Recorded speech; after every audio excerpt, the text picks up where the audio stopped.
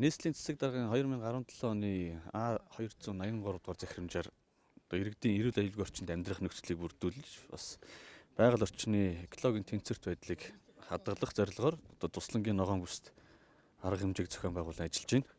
За мөн түүний дагуу нийслэлийн газрын албаны дарга болоод нийслэлийн байгаль орчны газрын даргын хамтарсан одоо туслангийн бүсийн усан сан бүхий газарт хууль хэрэгжихгүй байгаа байдлыг одоо нөхцөлийг тогтоож хуулийн хэрэгжилтийг хангуулах хяналт шалгалт хийх одоо ажлын төлөвлөгөөг бас баталж одоо түүний дагуу бас хэрэгжилтийг хангаж бас газар чөлөөлтийн ажлуудыг бол эхлүүлээд байна.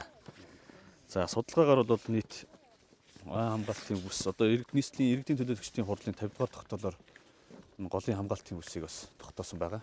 Тэ 50 метрийн зай гэдэг ингээд тогтоосон байгаа. За судалгаагаар бол одоо энэ 50 метрийн зайд бол нийт 998 иргэдийн бол газар хамрагдсан байна.